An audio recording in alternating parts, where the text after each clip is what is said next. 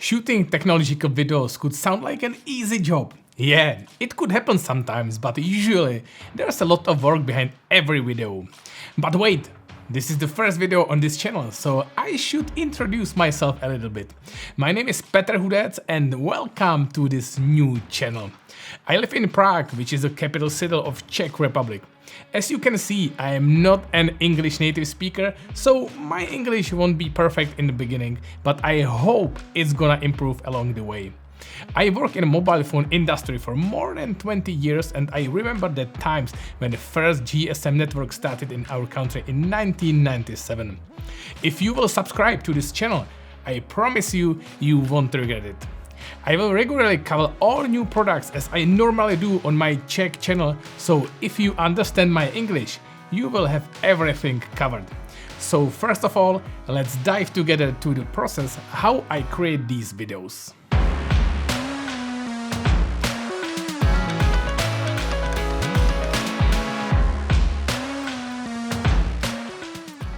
Every review starts usually by getting the product somewhere.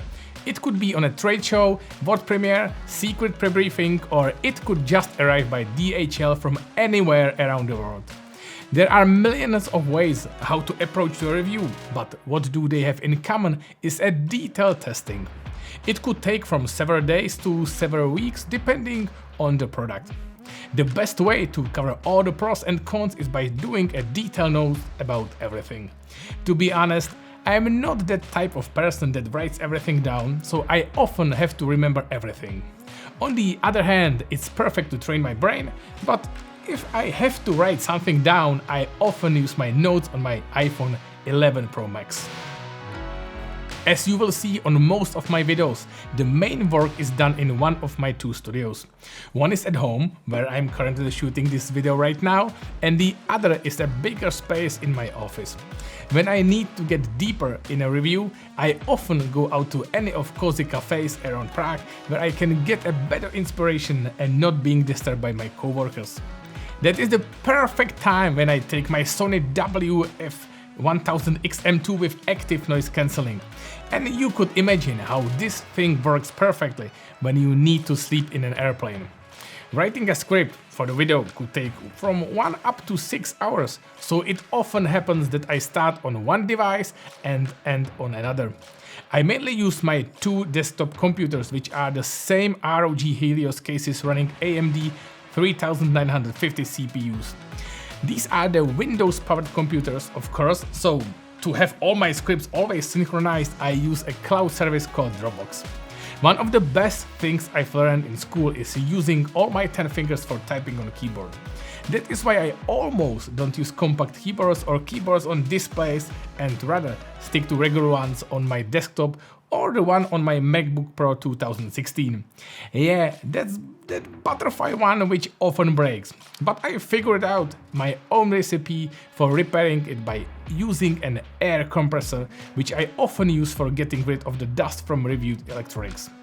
The visual part of the video is one of the key aspects where I pay a lot of attention to. You could do a perfect review, but if you see fingerprints, dust on a product, or even dirt behind your nails, it could ruin all the work. Praise to my girlfriend Kate for taking care of my nails. The most appreciated tech in my whole office desktop setups are 3 ultra-wide 38 inches monitors from LG, which allows me to handle so many things simultaneously and mostly video editing. And I was also satisfied with them that I've even purchased a single 49-inch monitor which sits here behind my back. Every finished script is double checked for facts by me and my office coworkers. Even beside that, yeah, we are only humans and yeah, sometimes a mistake happens. If there is a lot of spotlight on the reviewed product like a flagship phone, I often share my thoughts with my team to collect their feedback as well, so I'm absolutely sure I haven't missed anything. When this phase is ready, I start to shoot the A-roll, which means the main take where I do the talking part. This A-roll is mainly shot on Blackmagic Ursa Mini Pro 4.6K G2, which is incredibly expensive, not so much like the red cameras Marquez has, but I like it because that 4.6K image could be cropped without losing any details. I shoot in ProRes 4:2 format and the bitrate is so high that a finished 10 minutes video eats around 70 gigs of the memory card. That is the reason why a CFast card has to be used instead of a regular SD. The lens which I use on this camera is 15mm size CP2 with 2.1 aperture, and to be honest, I absolutely love the image output. The downside of this camera is its heaviness, so I often rely on more compact cameras. The first one is Panasonic GH5, which I took to so many events, even on a big moto trip riding from Czech to Iran. Besides regular GoPros, I used only the camera to shoot everything because of its incredible image stabilization. As you can expect, everything has its pros and cons, so I've switched to a Team Sony recently and purchased the A7 Mark III with 24mm G Master lens. Of course, this camera isn't perfect, and the only thing I miss about it is 4K 60 for slowing down the handheld B-rolls. The image is incredibly sharp, and that's why I often use it for taking pictures for my Instagram. It's an incredible upgrade in image quality if you shoot your pictures with a camera like this instead of a mobile phone. Just simply take the picture, beam it to your compatible device, and there you go. The second disadvantage of the A7 III is that you can't flip and turn on the display to see yourself when you need to vlog. I found a solution for that and got a small HD 502 external monitor, which also has a perfect brightness if you shoot outside. As you know, light is the key in video and photography, so a pair of aperture 300D comes handy when shooting indoors. But how to light a scene if you want to step out of the shade and try to make it colorful? Just use CamTV Andromeda lights or the bigger one light from Westcott and you're done. No matter how hard you will try, your hands will always shake. Thankfully, you can always use a slider if you want a really smooth footage. All my B-rolls come from iFootage electric A1 motorized slider combined with a small Adderchrome slider one if you want to be mobile. Speed is the key in the video production, so I have this slider fixed on 2 tripods. Instead of moving them up or down, I move the whole table depending on an angle which I want to shoot from. To make every video different, I use a different set of metal plates covered by custom skins made by my friend in his graphic studio. When I decide to go out, I take only the necessary equipment in a Peak Design backpack. It's perfectly accessible from all sides, and usually I take a light tripod by Manfrotto, a small light by Aperture, DJI Mavic Pro 2, a small gimbal by Zhiyun, and if we go out shooting with a bigger camera, a bigger DJI gimbal might take its action. I haven't mentioned one topic, which is audio. To speak fluently, I used an iCan teleprompter with an old iPad mini, which had a small accident 2 years before. I use it now only for a particular task of reading a script, and as I don't see the cracked glass in the mirror, there is no reason to replace it. If you want a high quality audio, I recommend using NTG3 from Rode with MixPre 3. It's a shotgun mic and I am absolutely satisfied with the output quality. If you still hear a minor reverb, it's caused by these walls surrounded, which will be covered with an acoustic foam soon. Meanwhile, I use 2 foam stands around me and a rack on the ground.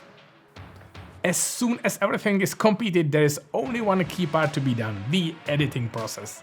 I use Adobe products for almost everything. Videos are being edited in Premiere, graphics in After Effects, and Lightroom with Photoshop for thumbnails. And I know I am not a king of thumbnails. I'm sorry, I'm gonna improve. There is always something that could be done better. If you produce these videos in the quality you see, you need approximately 1 to 3 hours to produce every minute of the finished video, which means about 10 to 30 hours for the entire project. Imagine that hassle if you are on an event, you shoot a lot of footage fast, you have to edit fast and publish fast. You often end up by editing videos to an early morning with going to the event the next day again. I think I should end this video by saying that you don't need necessarily all the gear which you've seen today to be successful on YouTube, and you can do the job pretty fine with any kind of camera or a mobile phone. The most important thing in the video is you, not the gear. The gear is just something that makes everything easier and prettier. I shot this entire video just to introduce myself, the process I work, and to show you the story which is behind every minute of a video. If you like this channel, the single thing you could do for me is just to subscribe to this channel with the bell icon, not to miss any future videos. It will be highly appreciated. If you consider buying anything which you have seen today, you can check my kit.com page with affiliate links. This channel will bring you the most honest reviews in the future. It isn't paid by any vendor, I don't consult the scripts with any manufacturer, and everyone sees the video for the first time right when I hit the publish button. Thank you very much for watching, stay safe, talk to you the next time, bye.